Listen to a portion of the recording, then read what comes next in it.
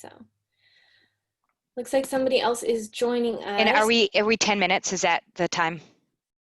Yes. Yeah, we've got about 10 minutes. Okay. Hello. If you could unmute yourself real quick, want to make sure that we can hear you. Hello. Hello. All right. My name's Kyrie. I'm the session host for this session. Couple things to know. If you could rename yourself on Zoom so that it doesn't say host 500 and instead says your name so attendees can see that, that would be great. And then I was just telling Allison and Nicole to make sure that you minimize Zoom so that you can also keep the conference website open.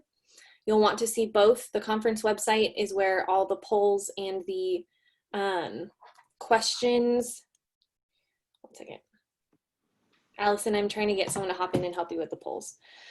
Conference website is where the polls are and where attendees will be sending questions that you'll answer probably at the very end.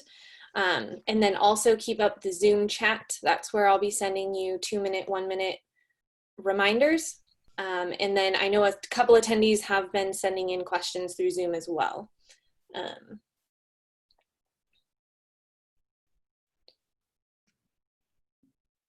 And I know you're going to repeat this a few times, but how do the... Allison? Oh. I think she froze. I'm sorry. I just missed the first part of what you said. I've got the Pathable website open, and then is there something else that I need to keep open? Zoom chat. Zoom. Oh, right. Like the Zoom chat. Yes, the Zoom chat box. So I sent a couple instructions in it just to make sure that you guys can all see that. Great. So the Zoom chat is where I will be sending like 2-minute, 1-minute reminders of your chat, of your talks, just to keep the timing rolling. And then I know a couple attendees have been hopping into Zoom, and so they've been sending their questions on Zoom. So you'll want to monitor both Zoom and the conference website. And then any polls, if you have them, are on the conference website. And how should we do the polls?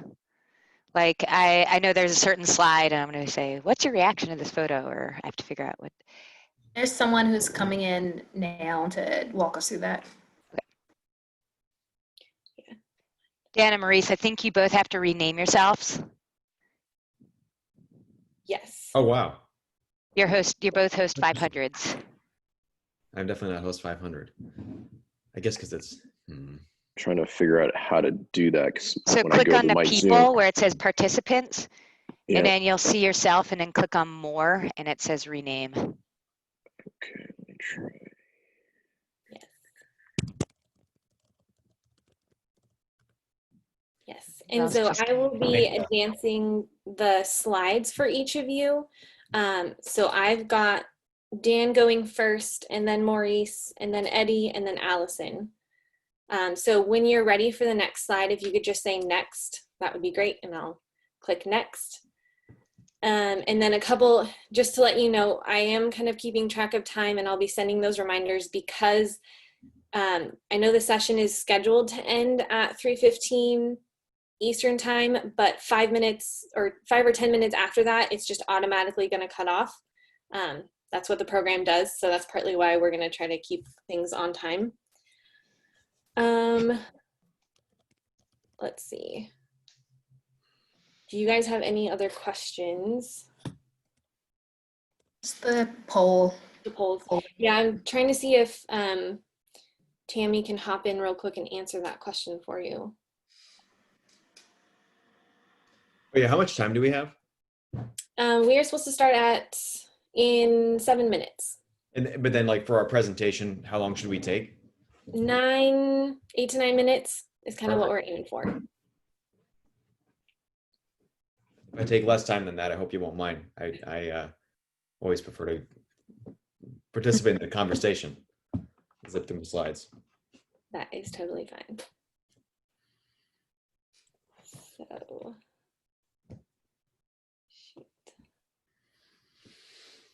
Nicole, so you said, you were able to see all of the polls that you had, right? You're just trying to rearrange them? Yeah, I rearranged in the manage section, but it's not translating to the public facing Okay. portion.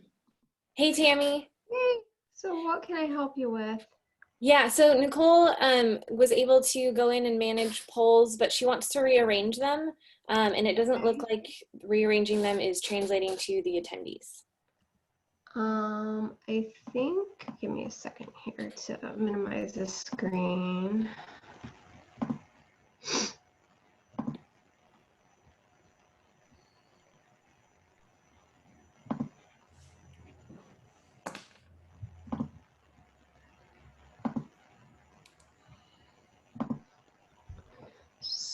So, what order were you looking for these to be added or to be displayed?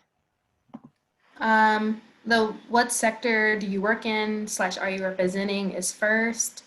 Return to work is second. Normal is third, and protest is fourth. Okay, so that's what I'm seeing on the back end, Right. but you're not seeing that, is what you're saying?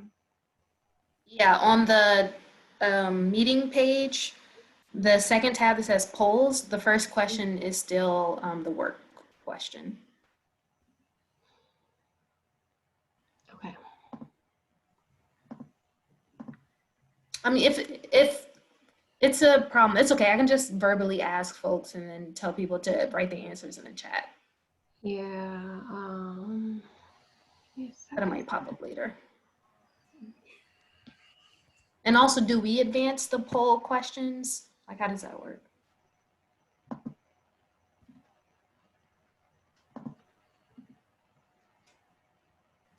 Okay, so I'm seeing as people begin to returning to work, do you think we'll see an increase in bike scooter commuters? And that's not the question you want first, correct? Correct.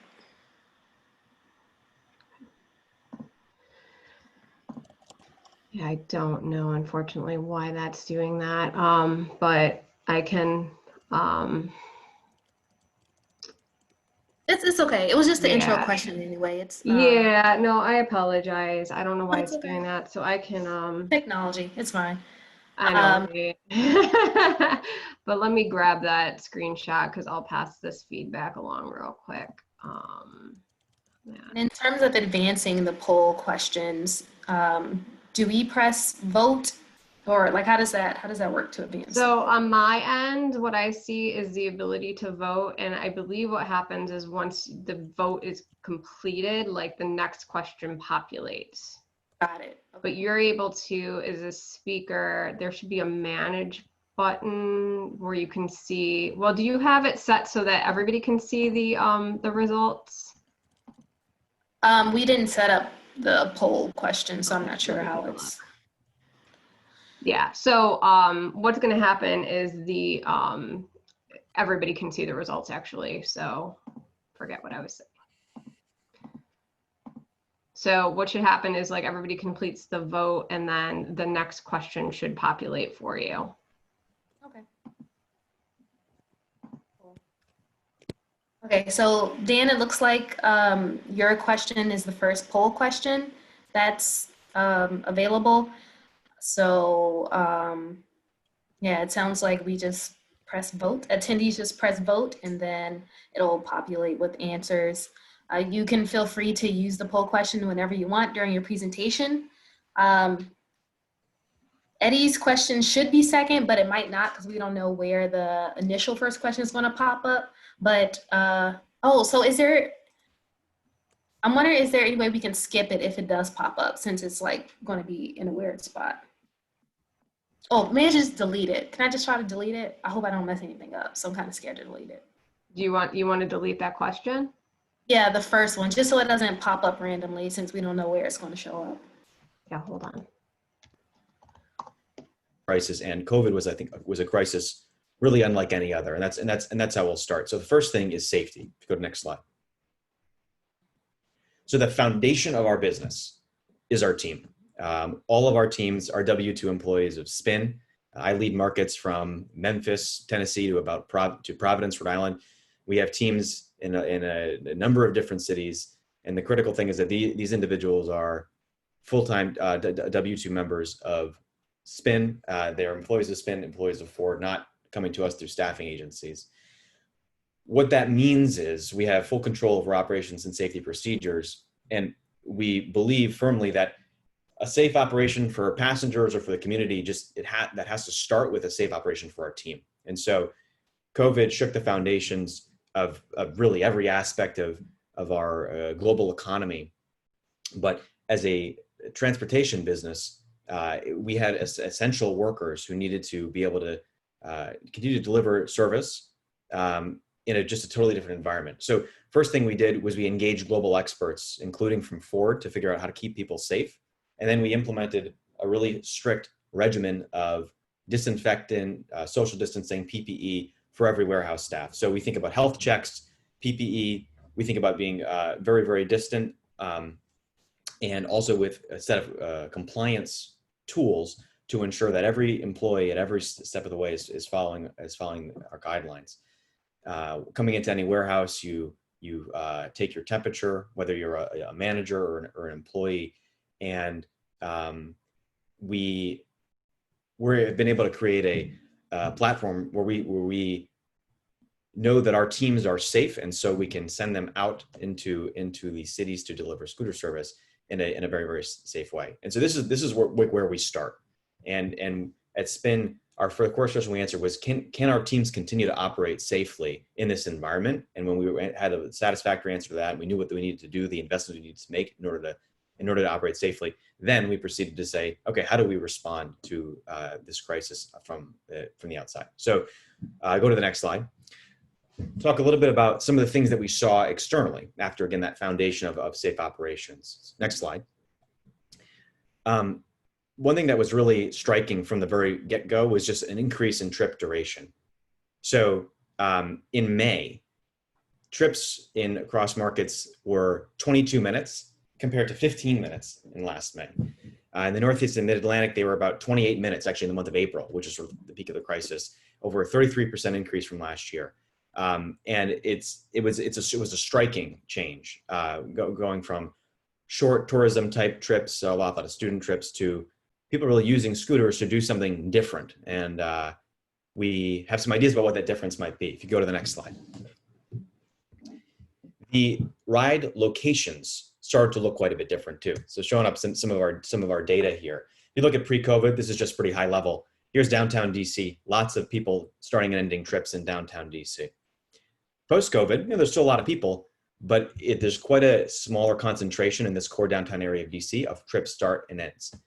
This combination of trip start, of like a kind of leaving downtown and longer trips, led us to realize that there was an increase in the neighborhood trips, people using scooters for things that were a bit different than what they were using scooters for before. If you go to the next slide.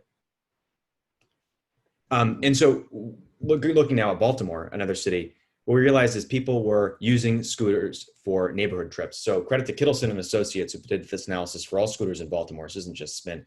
The neighborhood zones in Baltimore comprised 2 to 4% of rides in Baltimore before COVID. During COVID, the percentage really spiked. And what we saw, and we believe that's because people who really need to rely on scooters could continue to rely on it. So as choice riders, people who are using for tourists or commuting, getting around downtown, they were not using scooters, so they weren't traveling.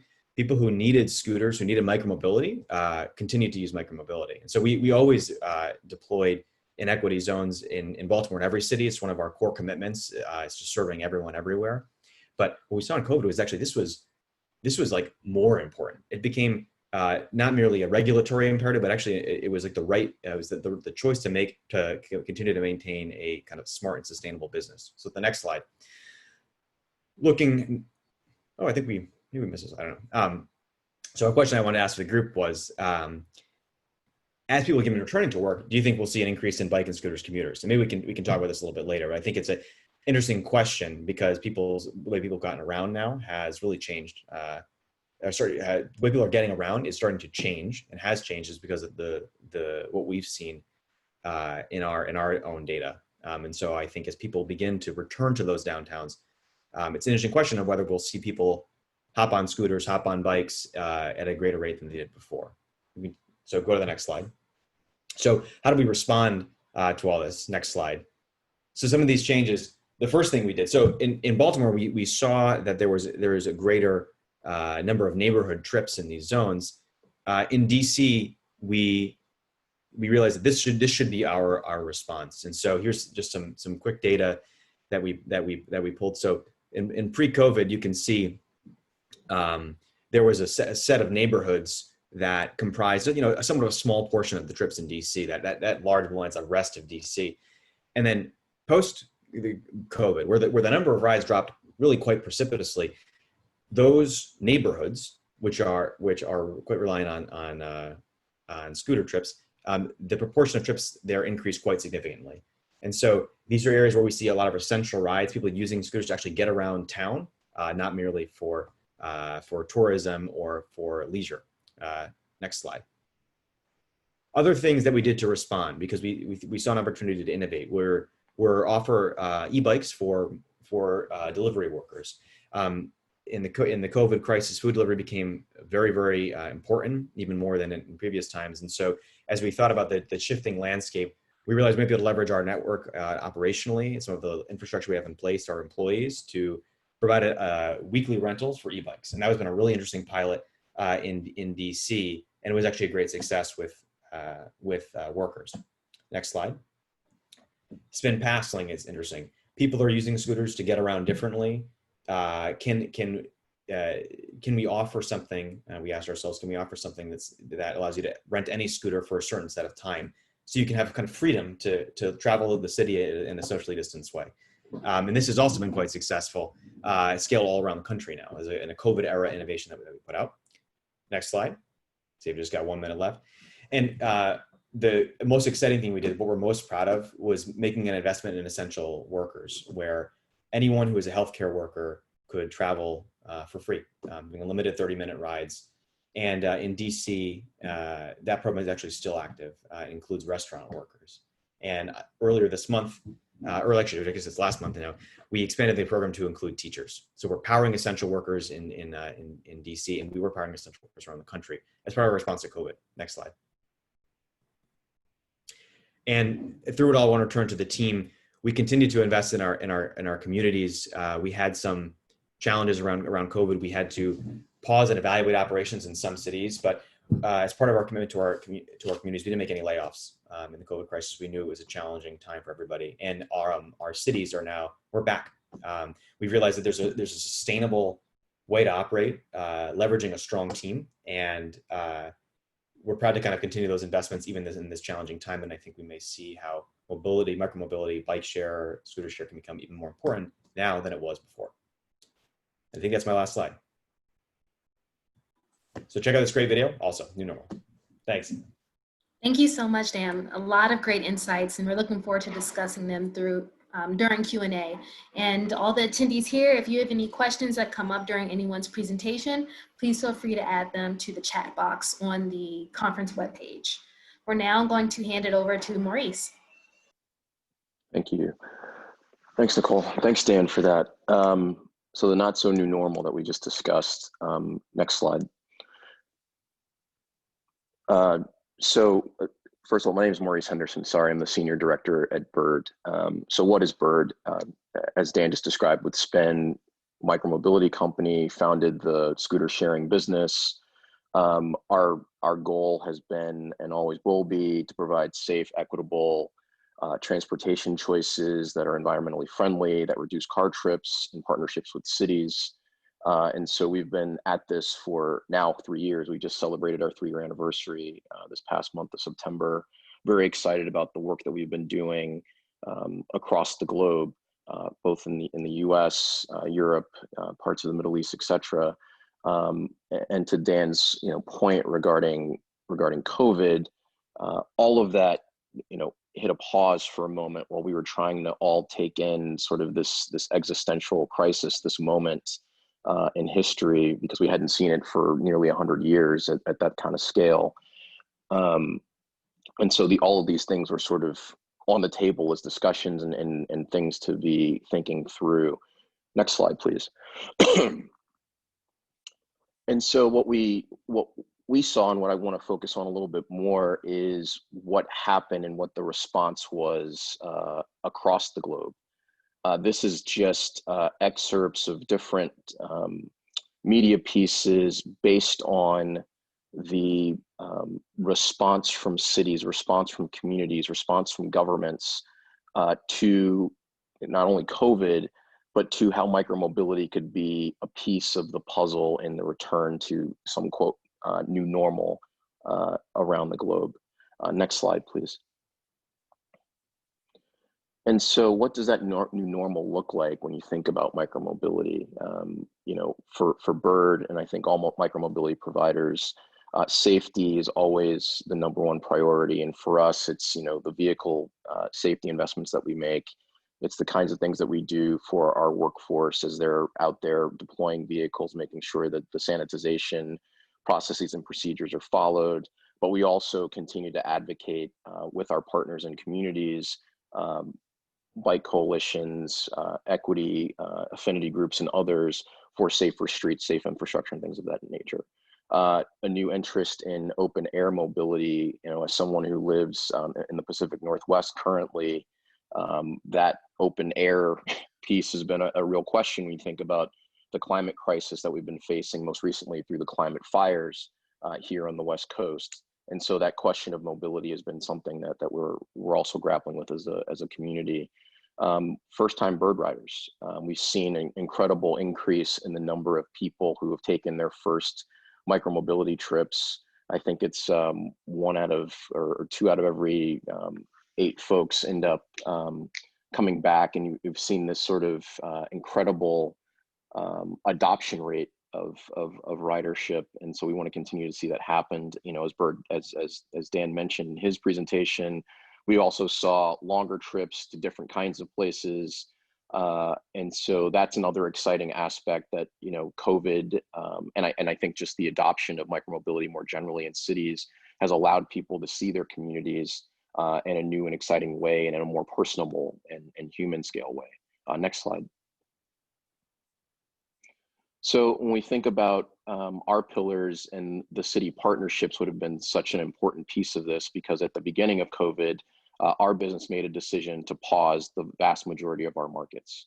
And in our discussions with cities, with our government partners, with our community partners, we started thinking about the things that would help to accelerate both getting our business back on the road to help people who needed to make essential trips, to protect our workforce, and to also just basically understand the new needs and the new normal when it comes to the transportation choices that people make. So the innovations that we've been making from the beginning are things that we will continue to focus on with the changing landscape. You know, one of the things that people may be aware of is, you know, we've provided not only the shared scooter model, but also direct rentals in the past. We've also started doing direct sales. So if you go into a Best Buy and now Target, you will see Bird product, the Bird One, and we just recently announced the Bird Air, which is the lighter foldable version of our vehicle, to provide people additional accessible options. Our heavy focus on sustainability, both with COVID and with, I think, the climate crisis, having vehicles that are long lasting, that are safe, that are dependable, are things that people are really focused on and concerned about. And so that's something that Bird has been invested in from the beginning and will continue to invest in. And I think given, you know, the sort of social new norms that we've seen, that's going to continue to be an incredible part of the global conversation in terms of how people move and whatnot. And then an active lifestyle. I think folks have, you know, tried to figure out new rituals. I was on a call yesterday with some board members, and we were all talking about the new ways that we're trying to exercise, trying to engage our families and friends and things of that nature, and trying to be healthy in a socially distant way, and continuing to make sure that the lifestyle choices we make are ones that are also, quote, sustainable. And I think that goes for all age groups, for all demos. And so Bird is really proud to continue to be part of that existing and continuing conversation. Next slide, please. And so, when we think about the improvements and access to transportation, one of the things that recently came up is, our shift in how we, run our business. We're starting to look at not only large, extraordinarily dense cities, but also smaller communities that our previous business model didn't exactly allow us to activate as often. And those were the kinds of cities that we were hearing from who also had transportation needs. And particularly during COVID, particularly at a time when transit was being impacted detrimentally in terms of the level of the service levels that were available. We wanted to look at new ways that we could provide services to communities large and small. And so with those pillars of the city being our number one customer, still thinking about safer streets, we were also expanding into suburbs and exurbs through our fleet manager program. So continuing to provide low cost options and trying to continue to contribute to the conversation around keeping car trips down and keeping our streets safer. Next slide, please. And so, safety, again, for all of us is a clear imperative. We have several programs that we run. We've continued to engage community members, both virtually and in person. We have our CARES program, which you can see what that stands for there.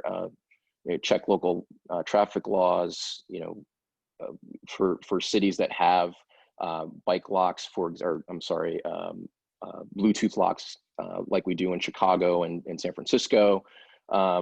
Ride in the bike lanes. Again, this is part of that whole framing around safer streets, keeping eyes on the roads and knowing that this is a socially distant opportunity for transportation. It's also something that's incredibly fun.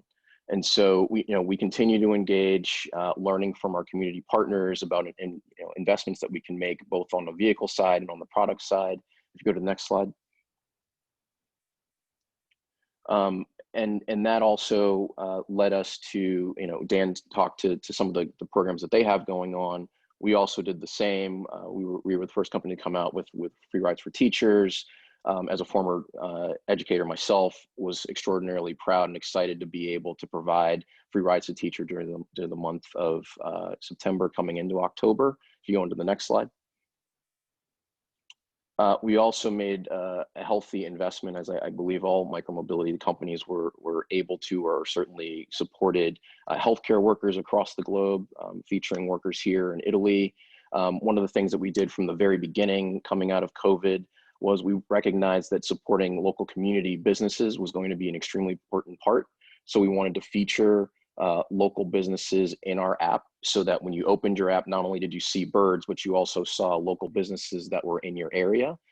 In most cities that focused mostly on restaurants, but there were other types of services that we also featured through the app. And that's something that we will continue to think through how to best support our community partners.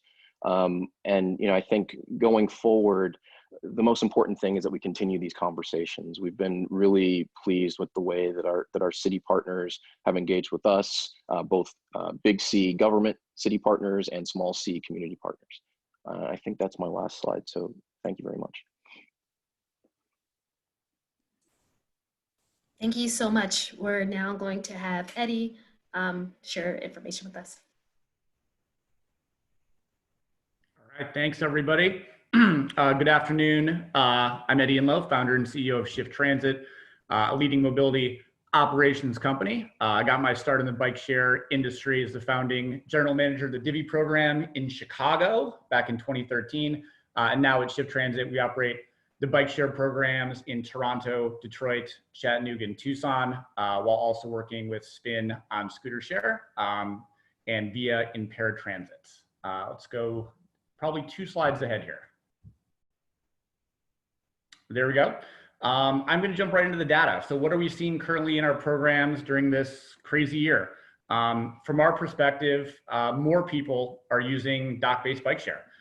In Toronto, we've seen a 7% increase year over year in ridership, and in Chattanooga, we've seen a 14% increase year over year in ridership during the period started in March through July. Next slide. At Shift, we realized that increased ridership in 2020 isn't necessarily the trend everywhere. So we wanted to dig a little bit deeper into the analysis to explain why we're seeing those results in our programs. And the answer is casual ridership. We define casual ridership as non-annual member trips. So these trips are purchased at the kiosk or via the app and are either single ride, day pass, or multi-day passes. In a combined analysis of all 4 of our bike share markets, casual ridership has experienced a staggering 45% growth year over year during the same time period in 2019. As for why we think this is happening, there's a lot of reasons, some mentioned by my colleagues here today already. But primarily, as we know, bike share is safe, inexpensive, and a green way to get around. But during COVID, it's perceived as an even more safe option compared to traditional transit. And we're seeing that in our data. In addition, we're also seeing a lot of entertainment hours, frankly, needing to be replaced. Live sporting events with fans, live concerts, and sizable gatherings of any kind haven't been able to take place in North America all summer, creating millions of entertainment hours needing to be filled, and our programs have filled some of these needs. Next slide. We're also finding, like some of my colleagues on this panel have already mentioned, that for our programs, users are riding for longer time periods and longer distances. We've seen a 34% increase in total time customers spend riding versus the same period in 2019, and a 25% increase in average trip duration. These are huge material changes in how we operate all of our programs. Next slide. Although we've seen a slight decrease in weekday trips year over year in our programs, which we can quite easily attribute to far less commuter traffic due to work from home practices this year, we've also seen a staggering 47% increase in weekend ridership. Next slide. So now that we reviewed the basic data, and those who know me know I always like to start with data, of course the question is, how did we get here? The answer is through significant operational changes that we started last spring. Of course, we ensured that we had COVID-19 procedures and guidelines to ensure the safety of our staff and consumers at all times. Those were distributed and executed immediately once the pandemic hit. We ramped up our cleaning regimen, sanitizing high frequency touch points on bikes and stations during each visit. Additionally, we focused hard on rebalancing, which stations were staffed during peak times. We turned our focus from standard commuter stations to more of our waterfront bike path and quiet street stations. We also changed staff coverage schedules to focus more on evenings and weekends. We're expected the demand to change, and it has.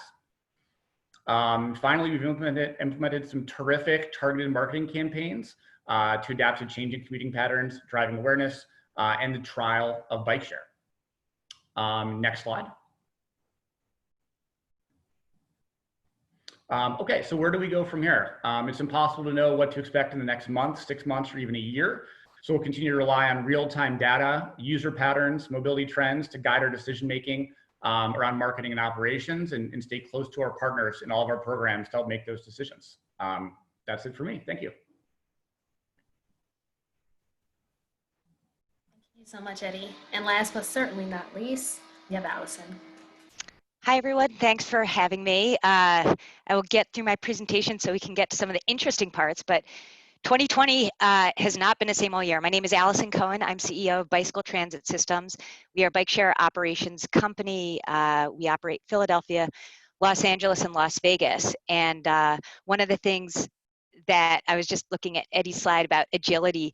I heard a quote at some point that a sign of a person's health is how quickly they can get up from a burpee. If you've ever done a burpee, you're down in a push-up, and you know how quickly you can get up from it is a sign of a person's health. And this year has been a question of what companies, what industries can pivot and change direction, and the faster you can get up from that burpee is a sign of health.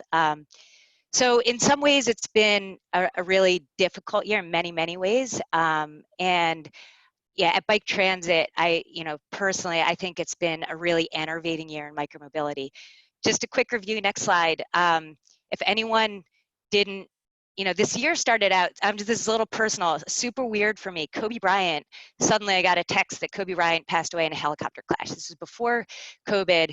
Before I got into bike share, my mark in life was being on the same banner as Kobe Bryant. He broke my high school scoring record at Lower Merion. So that already was like super weird. Next slide. Then COVID came. Obviously, our worlds turned away from real life, away from touching, away from being in the same place to video. So that was, another total pivot. The way, we've done business, administration in a warehouse has totally changed. I'm not going to focus on those aspects of how we're doing business, but what started as our sort of COVID working group has turned into like emergency response working group, because that's what this year has felt like. Next up. Then Russell died. It was a sudden thing, and it was really sad. And that video highlighted his impact on micromobility.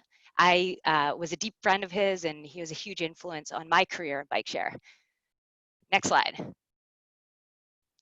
Then we had the death of George Floyd, Ahmaud Arbery, Breonna Taylor, highlighting hundreds and thousands of others, of people of color, who've been murdered by police and ensuing protests, which has been like an amazing moment in our nation and around the world, and has influenced micromobility as well and how we do business at Bike Transit. Next slide. And now we're in this world, RBG. I didn't highlight the fires on the West Coast. I apologize, but RBG suddenly passes. We're in this incredibly tumultuous moment in our nation, in our world, in our cities. And it's, and I'm sure every single one of you has your own personal challenges with friends, with family, with children, with parents. It's been a really difficult time. And what I see in the responses of micromobility is it's also an incredibly enervating time. And so what I'm going to do in the next few minutes is just highlight, it's a little bit random. When I look back at 2020, it's like, it is not a normal year, and it's been really exciting and awesome how we've pivoted and changed at Bike Transit. So the first slide, next slide, Las Vegas. We have a small system in Las Vegas, about 200 bikes. It's in downtown Las Vegas. Anyone who's familiar with the area, the Strip with all the casinos is south of downtown. And this was a screenshot of one of our internal, looking at the data. This was I think in June, looking back at May. So on the left side, this is month over month or week over week of what ridership was in Vegas. And after COVID, the casinos closed. Our ridership and our day pass members were up 100 to 1,000% versus 2019. It was, and it still is, we have a few examples in our company's history, the Pope visiting Philly, an example of what safe car-free streets could do for micromobility. I had a team of 4 or 5 operating 1,200 rides a day. It's absolutely incredible. The ridership has gone down, still above normal. Our pass holders, and this is the same in Philadelphia and Los Angeles, and similar observations to what Eddie and Dan and Maurice have shown, we have had more individual riders, and they have actually stuck with us as ongoing pass holders. So it's been really fascinating to watch. Next slide, please. So the social justice protests starting in late May have had a huge impact on our company more, and for some period of time, our systems. This was an absolutely inspiring photo for every employee in our company. This is a Philadelphia Indigo system, and this was during a 9-minute protest moment, the amount of time that George Floyd's neck was leaned on before he was killed. And, well, I think we may talk about this as a group. We were extremely proud of how the city of Philadelphia and how our systems, we stayed open every single moment. Our customer service team was getting calls like, we're being tear gassed. I have an Indigo bike. What should I do? Can I have my user fees refunded? So it really was impacting every single employee. I do have a poll question. I'm not quite sure how they're working. looking at this photo, is this an appropriate use of micromobility? There were some really interesting photos in the press about some scooters being used to break windows, and there was a lot of systems that actually were shut down by the cities for the most part. We and the city felt it was really important for people to have a way to get to protests, and we were really proud of that. Next slide. So this is a position, it is not in direct response to the social justice movement going on in our nation. I wish I could have done it last December, but I want to, this is sort of an announcement. We created a new position at Bike Transit called the Chief Equity and Strategy Officer. For anyone who knows myself or Bike Transit, my co-founder, Peter Hoban, who's a longtime bike share guru, he decided to move on in his career in January. And I really needed a partner at the leadership helm in Bike Transit. And I also needed someone who had a ton of experience in equity and transportation equity. So I combined these two roles together, and Karnisha Kwashi, who is very well known, she was one of the, she was the first leader of the Better Bike Share Partnership. I recruited her back to Bike Transit, and she's going to be starting in a couple weeks. So I'm excited to have created this position, and I'm optimistic that Bike Transit is going to continue to help lead the way in equity and how we do business internally and what we do in micromobility and equity. Next slide, please. And this is another, it's been super fun and awesome startup. We started a new business and inspired by Russell. Russell was really into electric cargo bikes. He was trying to get anyone to do something about electric cargo bike delivery. This is something that's starting in Europe. We got to do it, Allison. And I believed him. He predicted dockless. He predicted electric bikes. And, you know, I sort of listened to him. We had bought this vehicle at the end of last year, and it showed up in March, and we decided to put this startup on steroids, and we started a called Block Delivery. I got Kiara Smalls, who was a former marketing manager at Indigo. I recruited her back too, so she's now the general manager of Block Delivery. We've been doing a 6-month free pilot. We're going to focus on groceries and local businesses, local and sustainable delivery. We're going in Philadelphia, launching a price service in 2 weeks. And another pattern which we've been seeing is more aggressive and increasing bike theft. This is a sawed off, you can see this little metal piece on the left. People have actually been trying to saw a bike out of docks. Thankfully, this is not a pattern. We've only had a handful of these, but I've read in the press in Chicago, the numbers I think have been going up everywhere. Mostly credit card theft from kiosks, but we have had some really aggressive increasing efforts at bike theft, and that's been a real threat to our systems. Keep going. And then finally, just a few things. These aren't necessarily response to COVID related, but we did recently just sign our first concessionaire contract for Philadelphia. We're going to be around for 10 to 20 years here. And just last week, we announced that we shut down the west side of LA. It's the last vestige of the smart bike or dockless bike era. We want the whole system to be station-based, so there can be electric bikes. So we pulled the smart bike system out of the west side. Within, I think, 3 or 4 weeks, we're going to reopen it with station-based bike share. So we're converting dockless stations to dock-based station. We're converting dockless bikes to station-based bikes. So we're excited to set up LA for growth and expansion for the long term. And that's what I got. Thank you so much for listening. Thank you, Allison. And I just reviewed the poll responses, and 67% say that the use was very appropriate, 14% somewhat appropriate, 19% not sure, which is actually a really great segue into our first moderated question.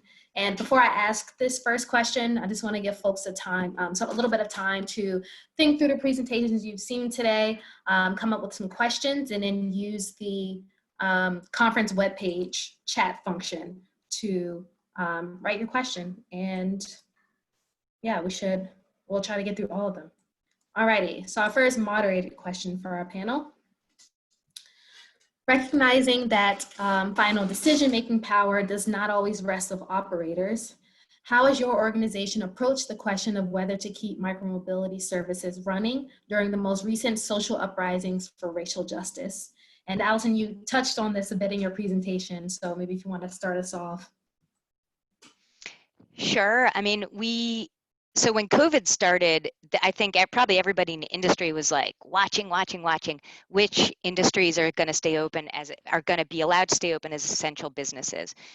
And then a few months later, as the racial justice protests, and particularly right around May 30th, when there was some violence in the streets, I believe Chicago closed, DC closed, these were overnight.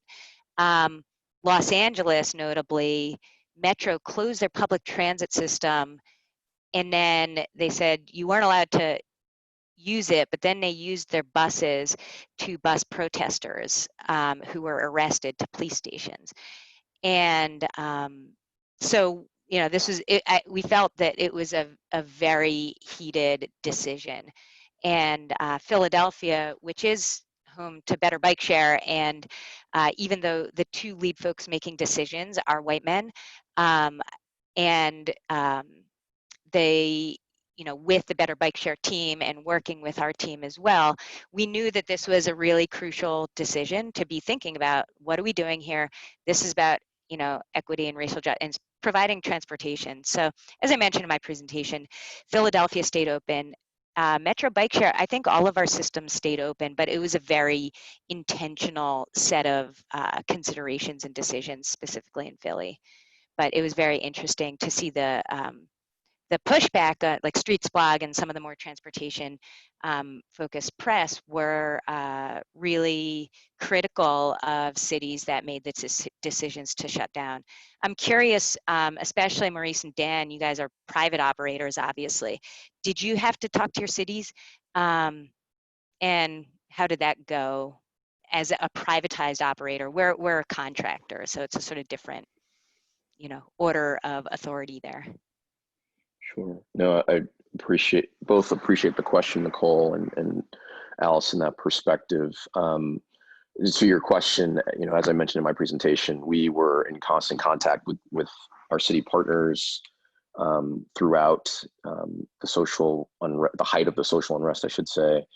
There were certainly, as all of us discussed a couple weeks ago, certainly calls to shut down systems, to pull back vehicles and things of that nature based on safety concerns. I know that there was definitely robust conversation within our company about whether or not to pull back and adhere to those requests / restrictions placed by cities.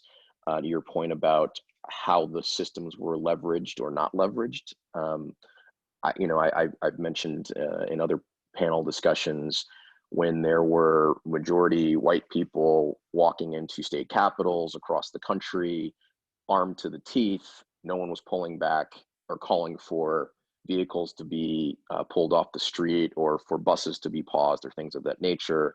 But when you're talking about the life of people of color, particularly Black people in this particular case, then it becomes a question of safety and concerns of that nature. I would highlight something that I did not get a chance to witness myself, but heard anecdotally from somebody who was there firsthand in Portland. People were using scooters, and brand agnostic. People were using the lights on scooters to shine on sign language interpreters so that deaf participants in protests could follow the chants and follow what was being said in speeches on the streets of Portland. That's just one example of ways that people will continue to be creative in the most extreme circumstances. And I've heard other stories like that one, other uses, particularly of scooters, but I'm sure the same could be true of bikes in different systems around the country. And I think there needs to be a more robust conversation in community about what essential means, and recognizing that people will use, unfortunately, some people will use any tool in the toolkit as a projectile.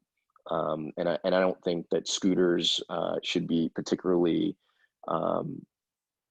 targeted and X'd out of conversations because they're a quote nuisance or a danger. I think they also provide, as we pointed out in our presentations, essential services for people, transportation being the most primary one of those.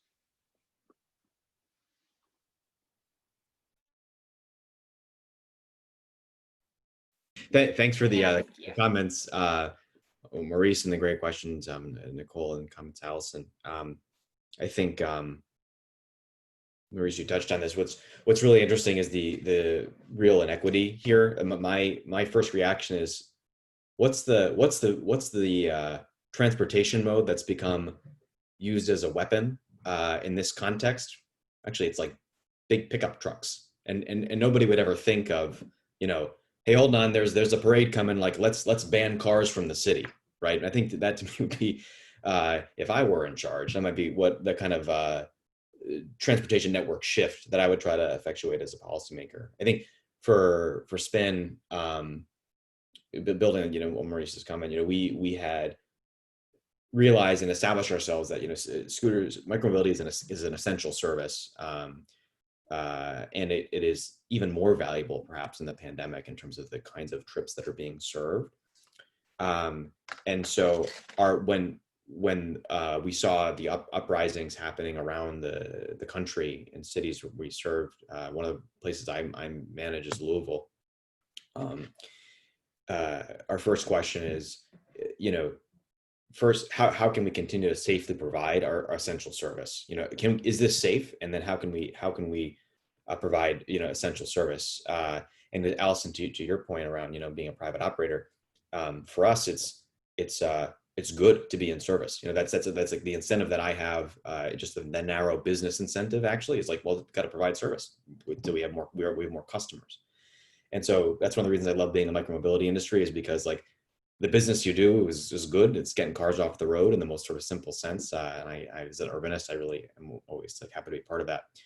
There were some times when our desire to provide essential services did conflict with cities that said, hey, get the scooters off the road. There's going to be a demonstration here. You got to pull all your scooters out of the area. And I remember one time actually in DC where I found myself on Sunday morning in a city pickup truck with DC city staff, just like moving scooters of all brands out of an area that was going to be a center of demonstrations. And that to me, I think made sense. It was because ultimately streets are for people. And if we want to create more space for pedestrians to safely demonstrate, we should do that. And then there have been some times when I think, some cities have just reacted in a desire to kind of like reduce what they saw as potential long tail risks that could be associated with having more vehicles in the streets. Again, those vehicles aren't the ones that are really dangerous, which are the cars and pickups, I think, but the other kinds of vehicles which are just new. And in those situations, it's often we found it was just a conversation. We're saying, look, rather than pulling all the vehicles out and actually reducing that transportation option, could we just say these areas are, instead of no ride, it's no park. You can't park your vehicle here in the center of the demonstration area. Why don't we maybe make a zone around which people, they can travel, but they just can't leave the vehicle right there. Is that a kind of a middle ground where the city this transportation department can feel comfortable that they're making some kind of step, by the directions that they're getting from up above, but we can still provide the service that we really want to provide.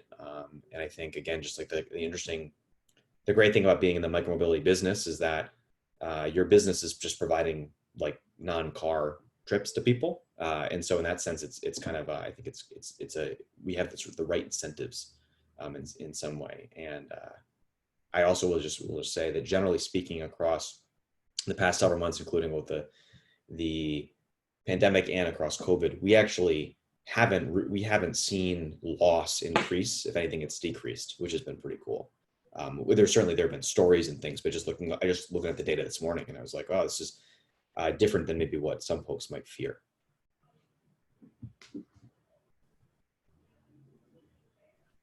Yeah, just to chime in on the topic from my perspective, not dissimilar to my colleagues on the panel, shift views. Micromobility is an essential service. There's a lot of nuance and probably some exception to that, but I think we need to be thinking about these programs similarly to how we'd be thinking about bus systems or train systems when we shut them down, and take that very seriously. Folks use these for a lot of reasons, and very happy over the last decade that the industry has evolved, where people are relying on us on a daily basis to get to doctor's appointments, to get to their jobs, to get to the grocery store. So I think it's a pretty serious decision. When we decide to shut them down, I think we would all agree that our programs have become essential at this point. Thank you so much for your insights. It's very clear from the examples that you've given that transportation services, transportation infrastructure goes beyond just moving people from point A to point B, but also can support social wellness as well.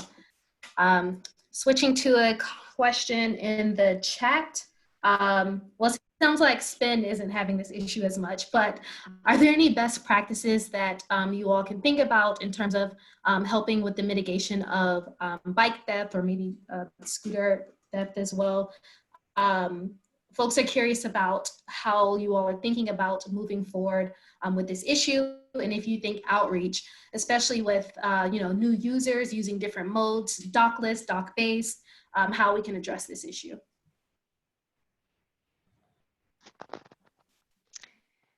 I'll start. So credit card fraud is, a major thing, and things like zip code verification. And I will say most of our issues come from the kiosk purchases, not necessarily from the online purchases. However, say what we have found this year is that people are using online means more to try and game the system. If there is a way to take a first ride at very low cost with a stolen credit card, then they will, and they get a bike. So we've done various things on our own on the back end, credit card fraud. We found Stripe, very good credit card security. With at kiosk transactions, that's been the most challenging. So introducing, again, zip code verification and holds. Now holds goes in a way of equity. So we've tried to keep it at $26 or $51, but with a stolen credit card, people don't really care. One of the things that is new for us this year is asset recovery. We, specifically in LA, actually hired a company to go find bikes. There was a TV piece about it, about bikes ending up in homeless communities in LA. And we hired a company to do it. And this company, against our policies under which we hired them, profiled and actually pulled over a member who was African American, one of our best riders, and we fired them. And we won't consider rehiring them because we don't think they get it, and we don't think that they can improve.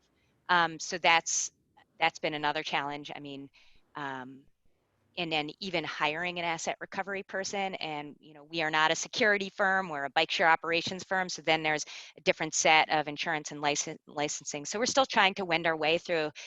Bikes now have GPS, which is great, we can locate them, but what do you do once you can locate them? And we are not going to put our employees in at-risk situations if they don't have the correct training.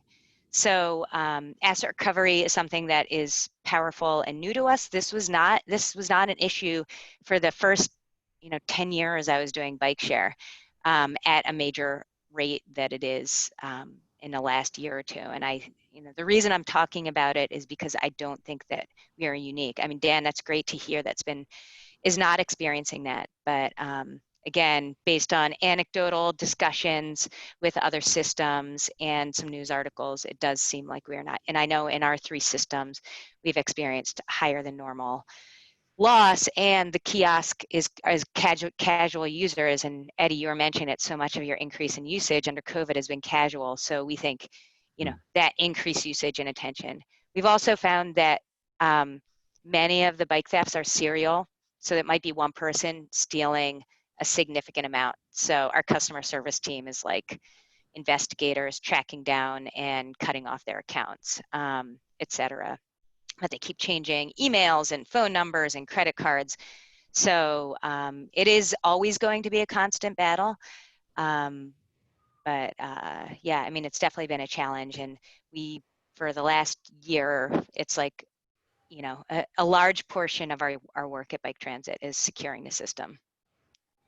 I just want to jump in quickly to say it's not a problem at all, or it's not a thing we think about. It's that loss hasn't increased, I think, in the way that maybe some might have expected, given certain things that were happening in cities.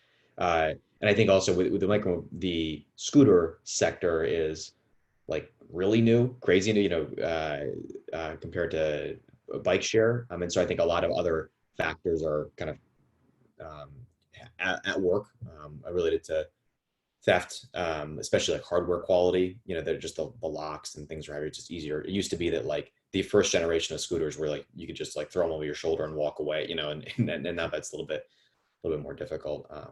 But I want to make sure to be clear, I echoing what you say, it is something that we confront, and I think one of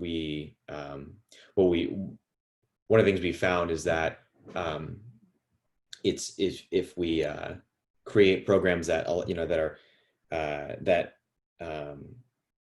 we want to we want to have ways that we can kind of reliably verify users, so that you can't kind of just like hack it anonymously into our scooters, and then but we also we can do that without increasing barriers to the scooters through different programs we have that around like access and equity.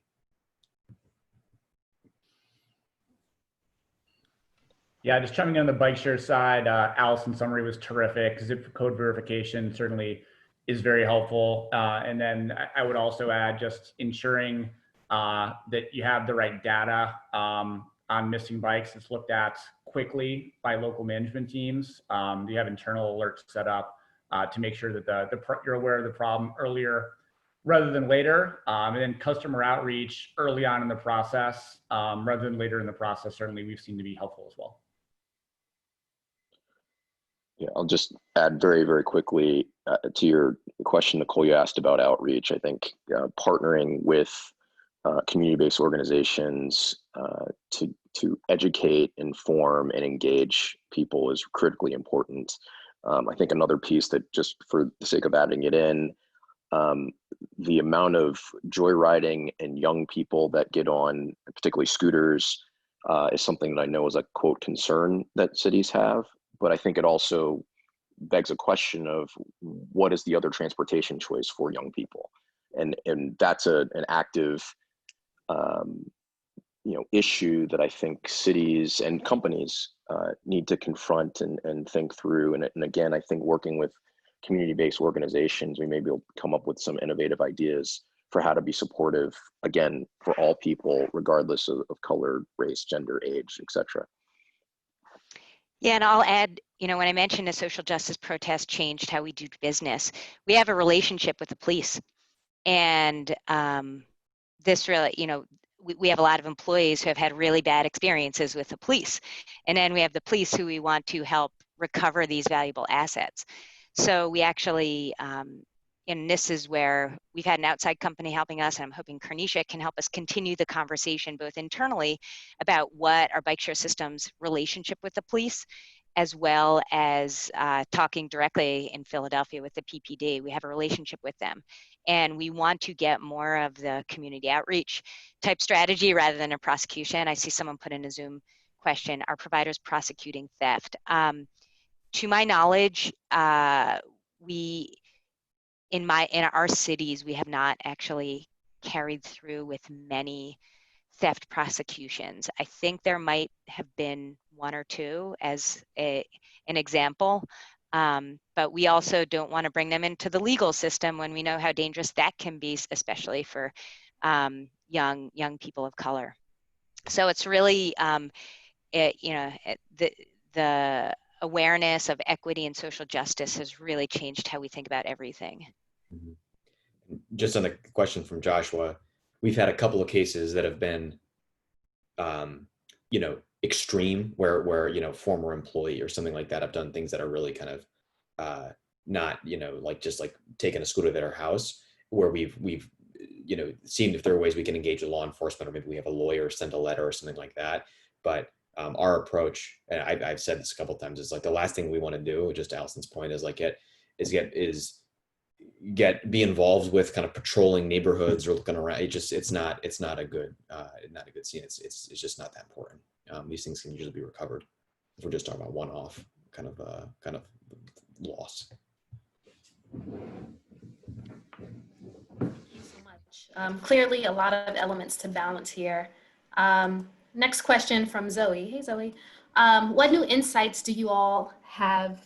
What insights do you have into the needs and barriers of micromobility reliant users? And I think Dan, you, or maybe it was Eddie, mentioned, no, it was definitely Dan, mentioned data from Baltimore and how you were seeing a difference in use based on choice users versus folks that are relying on scooters to get to work, especially low to moderate income users and essential workers. How is your current or plans for future work shifting to address these new needs? Well, one of the coolest data points I didn't mention, I didn't have it in my presentation, was that we saw an increase in ridership around things like hospitals. During COVID, it was like who's going to work during COVID? Well, definitely people working in hospitals, wherever they are, and so that was really interesting to see. And I think some of the ways that it is changing, just like operationally, and my teams, what are we thinking about? Is how do we deploy not merely based on like where the eyeballs are, the people are opening the app and they're trying to find scooters, like, which is on the National Mall in DC, in the Cherry Blossom Festival last year, there were like 1 million people looking for a scooter to ride around. That's easy. How do we think about like putting scooters in places and working with local organizations to sort of create use in a place like a hospital or a school or place of employment that may have workers that need to come there, and that's been something we're exploring in like Memphis. It's been pretty interesting, and around like universities that are starting to come back maybe, and I think those programs are often in combination with, but aren't the same as like the discounted ride programs we provide, like Spin Access, and also like our hubs and things. We're starting to put up more mobility hubs in different areas. So something we're really excited to explore, and the COVID crisis has forced us to just like reconsider, who is using the scooter ride, because the kind of easy ridership of like, again, 1 million people on the National Mall or the Inner Harbor in Baltimore, is not necessarily there in the same way.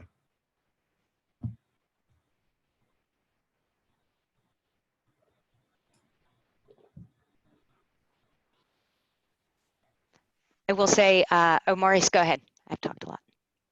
No, please. I was just going to say, we saw a similar ridership pattern at the depth of the shutdowns in March and April, that especially in Philadelphia, every single user type decreased in ridership except for Access Pass, which is our low-income pass. Responding to Zoe's question, I'd say the only difference, I mean, similar to Eddie, we've seen different, and Dan, we've seen different patterns. Our center city stations are barely being used, but our neighborhood stations are being used a lot more. So it definitely changes how we balance. But I think it's more of just an encouraging sign that we're doing something right. We're providing a $5 a month pass for people who need to get to work. And we saw similar patterns in blizzards, things like that. A great percentage of our riders would be Access Pass holders. But we haven't really been doing anything operationally different because of that. The influx of rides there hasn't been enough to totally have to turn our operations on its head.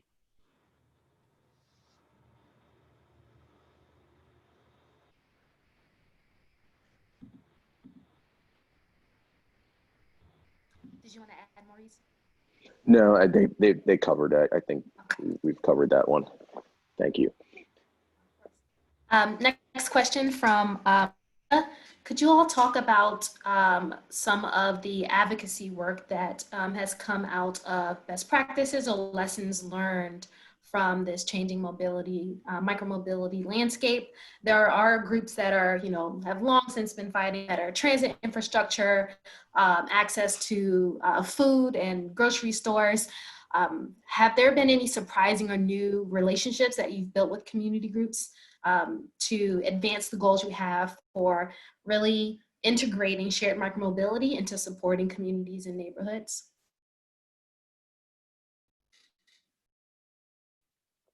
I'll jump in because this sort of dovetails with the last question to some degree in my mind. I don't know if I'd say surprising relationships. You know, anecdotally, I'll share one story.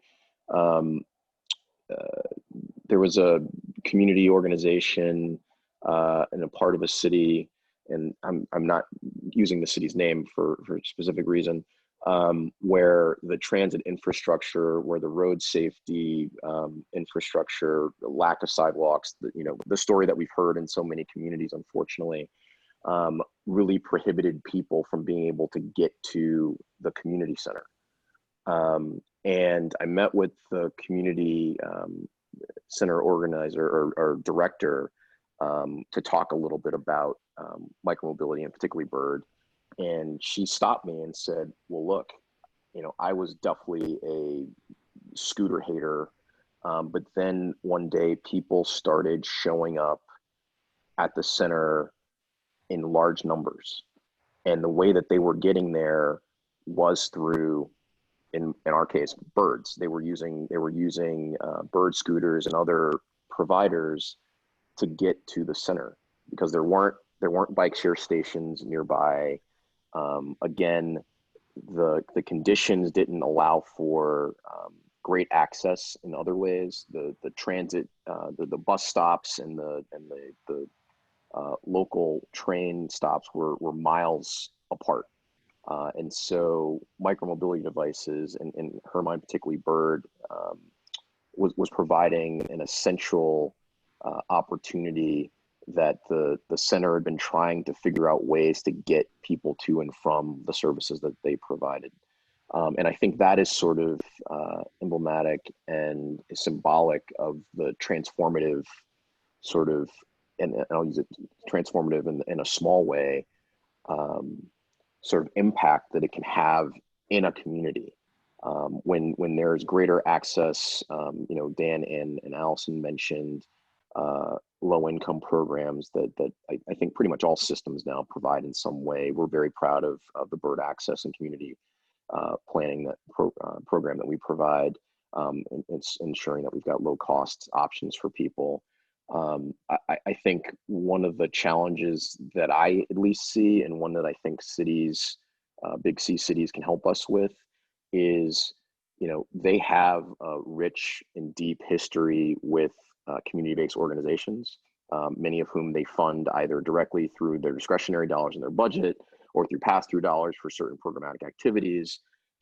It seems to me that one way that we can accelerate the partnership with community-based organizations is looking at the goals of those organizations, aligning them with the responsibilities and the proposed goals that providers have in these communities, and matching them up and saying, you know, you guys, these are the performance metrics, quote unquote, that we're going to hold you accountable for because you say you can do X, Y, and Z.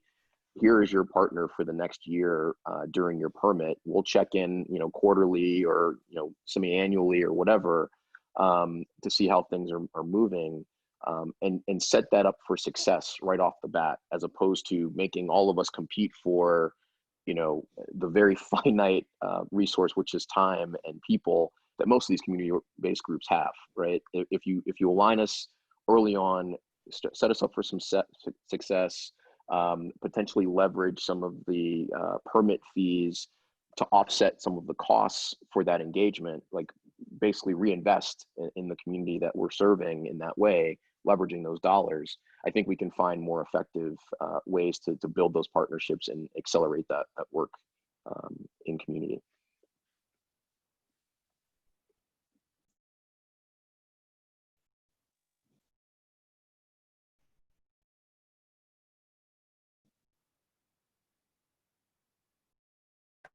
We have 6 minutes left, and I know it's going to shut this session down.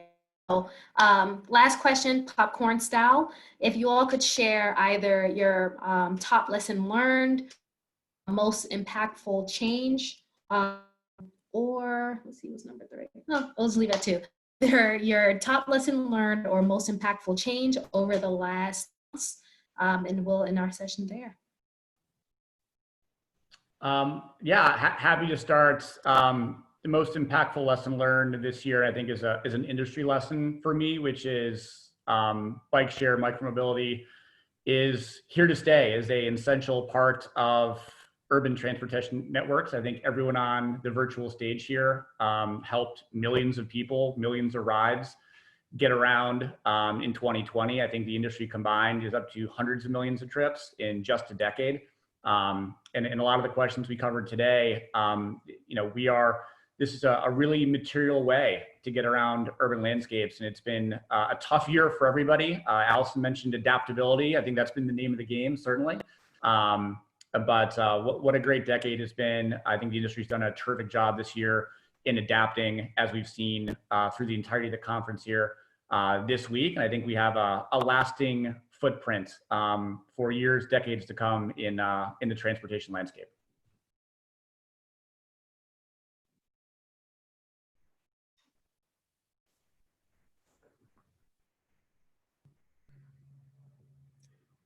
All right, I'll jump in. A big lesson that I've learned, I just think about right outside my door here in DC, where we have a slow street. The district government turned some streets into slow streets. They put up big signs that said, "Don't go more than 15 miles an hour, local traffic only." And it's just amazing. It's like really amazing. So there have been many lessons learned this year, I think, on a variety of fronts, but I come back to that, and it's how small changes can really like shift big systems in large ways. And so the COVID shock and the other uprisings we saw, a lot of external factors have shaken our transportation network here. And in response to that, I think cities and companies have made a variety of changes. But to me, what's just been transformative is just seeing this small change of just putting a local traffic only go slow here, and how it's enabled the street that I live on. There's an elementary school. There's a lot of old people, young people doing all sorts of kinds of things, and also this wonderful sort of sidewalk ballet. We all know about as city lovers. That small change in the street can transform the community, and I think that in a transportation industry, which is often thinking a lot about big investments, big changes, big innovations, big money, doesn't take much to really enable great people-friendly, people-centric systems. And I think on both the public and the private side, we would do well to take that lesson to heart, even when we're not confronting historic public health crisis.